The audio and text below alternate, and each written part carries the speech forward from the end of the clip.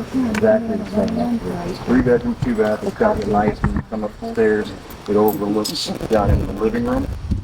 Like those are $775, $785, right around this range. One next to that is a 3-bedroom, 1.5 bath. So 3 bedrooms upstairs, full bathroom, half bath downstairs, full-size kitchen, laundry room. One thing, $775 on that. The one next to that is 2-bedroom, 1.5 bath, 2 bedrooms upstairs, full bathroom. Downstairs, you got full-size kitchen, laundry room, half bath. That one I get $750 for. The one on the very end is one I actually used to live in when I first moved out here.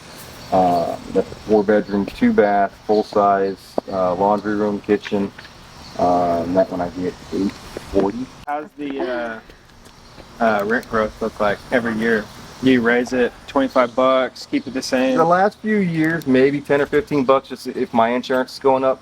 And the only, yes, I can go higher, absolutely. But you know what I was telling them was, so this person here, 5 years, probably 5 years. The middle's been there 15 years.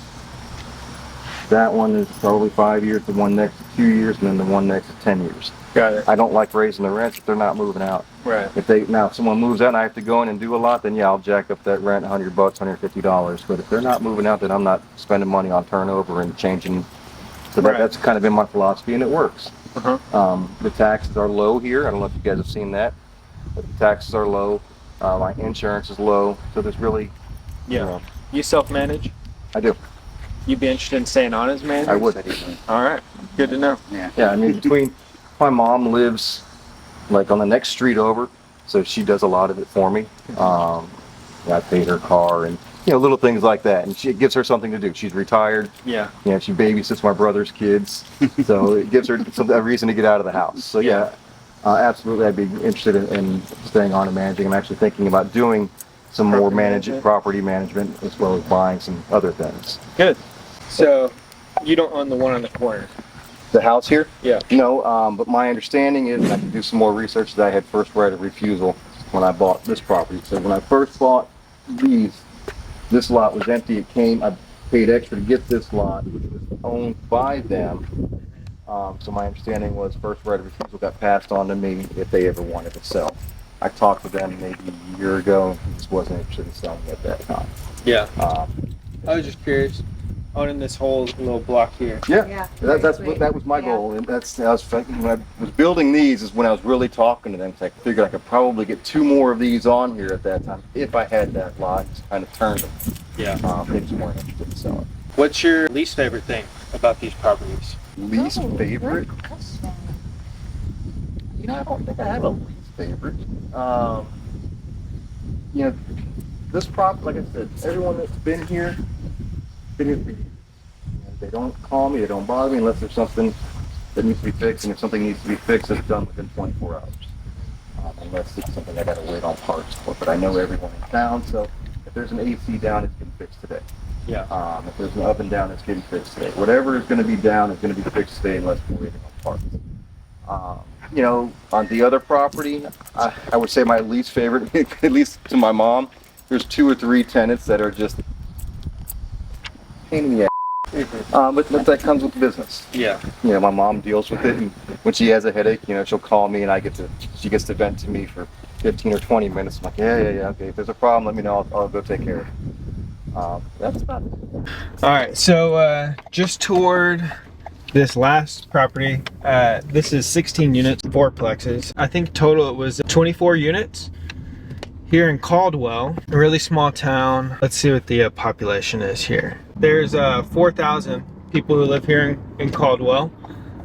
Small town, very similar to Llano, the 21 units we own there. He wants to sell for $2.1 million. It brings in about 150 grand in net operating income, which puts the whole portfolio at about a 7 cap. So it doesn't quite make sense at that price, and with today's interest rates, we would probably end up losing some money if we bought it based on this, but there is opportunity to raise rents here. He's not pushing rents as far and as high as he could, but a great connection. He owns a lot of real estate here. He knows everybody. You know, when we're negotiating with him, he's open to potentially seller financing for a few years in order to make it work until interest rates lower and we could refinance. He also mentioned how he's willing to negotiate down on price a little bit too. It's been listed for almost 12 months and started at 2.3 million. They're now at 2.1 million. But very interesting city. We're actually in downtown Caldwell right now. It's like over off of, I bet you it's called Main Street. Oh, would you look at that? Main Street. So we're pulling up to another property right now. This realtor that we're working with looks like she's really well connected. So we're checking out some other townhomes to see kind of what these are renting for and the condition. She wants to show us the bank, which probably would be necessary to have one of these local lenders work on giving us the loan for this portfolio, just because they know the city, they believe in the city, they love the city, they know everybody here. They might be more willing to lend on it than somebody else. So we're gonna go check out this new property and get some more information on Caldwell.